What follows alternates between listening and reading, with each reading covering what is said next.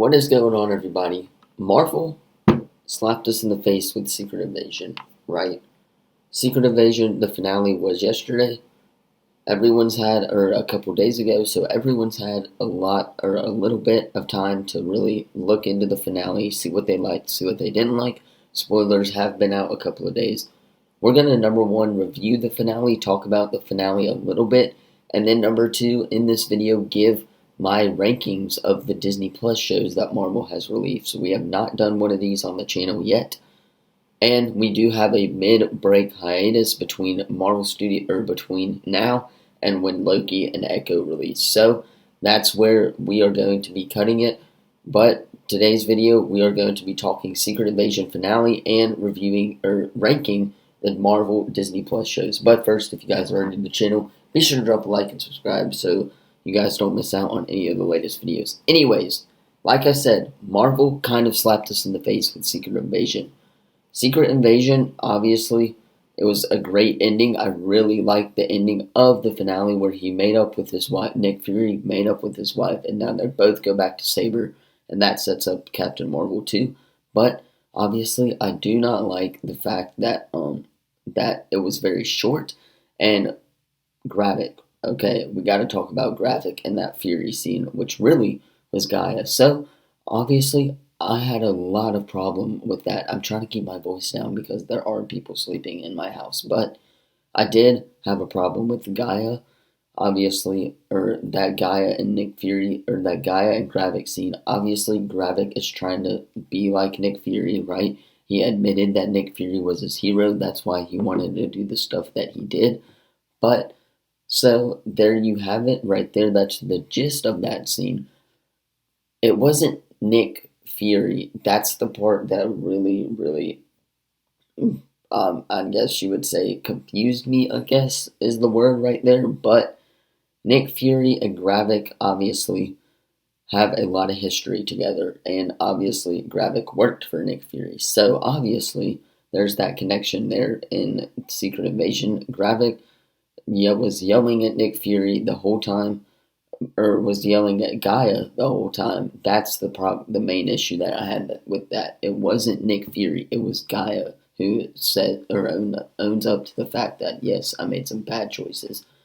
So obviously, yes, they do have recent memories as Skrulls, but they do not have the full history that Nick Fury and Gravik have, if you guys get what I'm saying. The fight scene, on the other hand, was really cool. I did think the CGI could have used a little bit more work, but the fight scene, I did enjoy the fight scene of Gaia and Gravik. I believe there were something like 23 DNAs counted in that fight scene, and in the computer there were probably more, to be honest, as well. So I know I'm jumping right into the Secret Invasion thing, but I do want to talk about it a lot because there's a lot to go over. But obviously, 23 different DNAs, and probably more if you keep going, But again, Marvel slapped us in the face with that Secret Invasion finale. It got a freaking 13% on Rotten Tomatoes. Now, obviously, the show itself was not that bad. Now, I think this show should have been 9 episodes. It should have had longer episodes of at least 45 minutes. It should have been a 9-episode series on Disney Plus. Then, once Gaia does have her revenge arc like we saw her do against Gravik, we can kind of understand more, and we can learn more about their backstory and their history together. That's the main issue I had with the fight, but other than that, with the fight, it was a really clean fight. Now, obviously, Gravik does die, right? So there is that to go over as well. Gravik dies, making Gaia the superior Skrull, I guess you would say.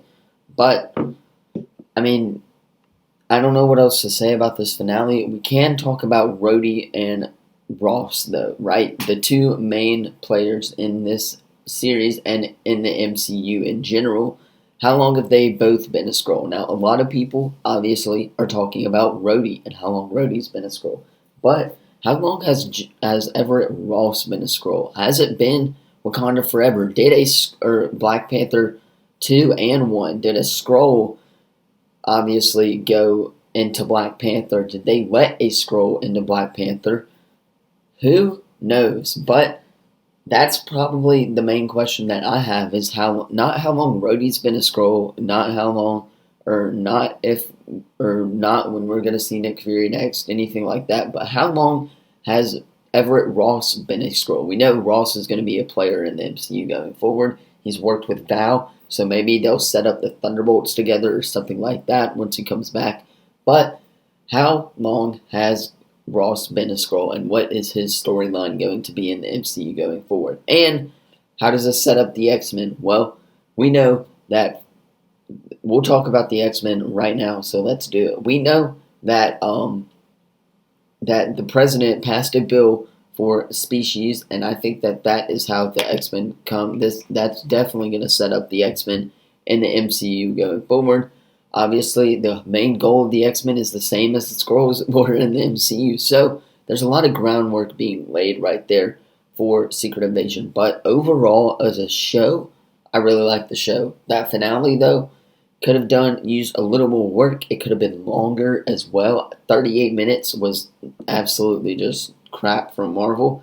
Now, obviously, they didn't have a whole lot of time to work on the series, but still, Marvel could have done a little bit better, and the CGI could have done a little bit better as well. That being said, let's go ahead and hop into my Disney Plus show rankings of the Marvel Disney Plus shows. So, we'll start from number 9, I believe it is, and work our way up to number 1. So, in last place, I'm going to go with Hawkeye. I really enjoyed Hawkeye, yes, but then again, I still didn't really like Hawkeye. Now, obviously, there is a lot to go over, and my voice is getting a little gone because of camp and stuff like that, but I did enjoy Hawkeye. And obviously, but it's still in the bottom tier for me as well, just because of how, well, it wasn't really long, but I mean, it could have, actually, I take that back. Now, after reviewing it, She-Hulk is dead last. That show absolutely sucked. I mean, I'm not going to say a bad word on the channel, but it did absolutely suck. Now, next is Hawkeye. So She-Hulk and then Hawkeye are my 2 Disney Plus shows that I have at the bottom tier. Number 3 would be Miss Marvel. I really enjoyed Miss Marvel. I think a lot of the fan base did enjoy Miss Marvel. It was great, different from what we've seen in the MCU, but I'm still going to have it at the bottom because it could have used a little bit more storyline, obviously, with the X-Men storyline. That was fantastic what they did with that, but I'm going to say Miss Marvel at number 987, I guess you would say. So, moving on from Miss Marvel, I'm going to be going with What If. Now, What If was a great show if you want to talk about all the possibilities, but obviously, Marvel really didn't need that show to connect to the MCU, but still, it was a great show regardless. Now, it's when it starts to get tricky. My top 5, I guess you would say. I'm going to go Secret Invasion next, because obviously this show was a lot better than a couple of the other ones, and still a lot not living up to that Loki, WandaVision, Moon Knight potential, but that's where I'm going to have it. And then,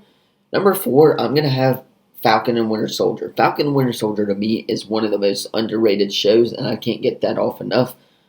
I loved the Falcon and the Winter Soldier. I don't know what it was about the grounded storyline, but I absolutely loved the Falcon and the Winter Soldier. I can watch that finale all day and never get bored, but the Falcon and the Winter Soldier is probably going to be 4.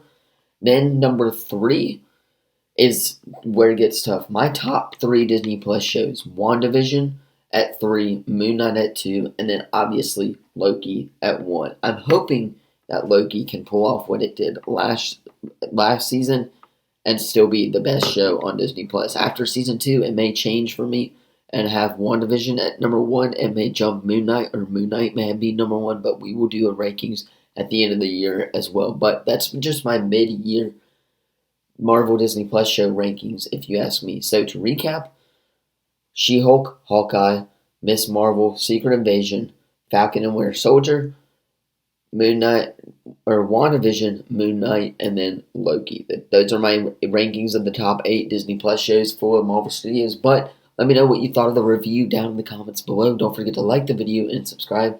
turn that bell on. We do our best to post every single day on the channel.